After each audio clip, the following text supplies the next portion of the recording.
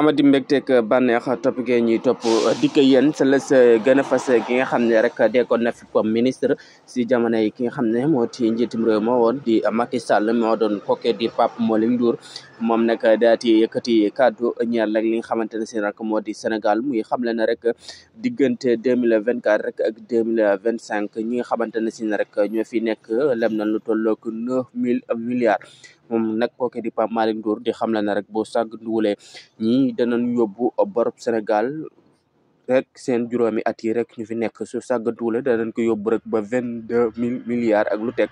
kon nag moom kooke di Pape Malick Ndour xam la lu mel noonu rek ginnaaw ba mu doon def li nga xamante ne si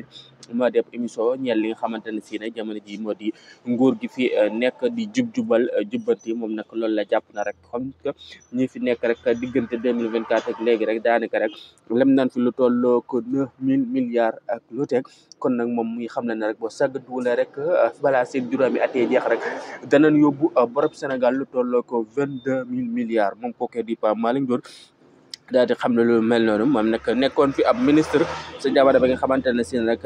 moom président Macky Sall nekkoon na fi moom kooku di Pape Malick Ndour nekkoon fa rek jiite woon fa moom it lu am solo lool la jiite woon moom kooku di Pape Malick Ndour xam ne lu mel noonu. leneen la sa gën a fees moom kooku di Maïmouna Ndour Faye jiite rek fa nga xamante ne si ne rek moo di 7TV ginnaaw si rek nag gendarme yi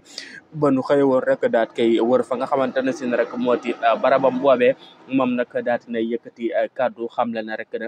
fii daal amul benn matériel bu xamante ne si ne rek dañ ko fay sisir wala nag ñu koy def inventaire moom kooku di Maïmouna Ndour rek daat see xar tànk tëbay moom it nekk jigéen ju wexat jamono ji rek maywul dara muy xamle na rek amul lenn loo xamante ne si ne rek danañ ko fa daati sësi ñaan li nga xamante ne si ne rek moo di barabu liggéeyukaayam boobee di 7TV kon nag moom na ngay gën di artu na rek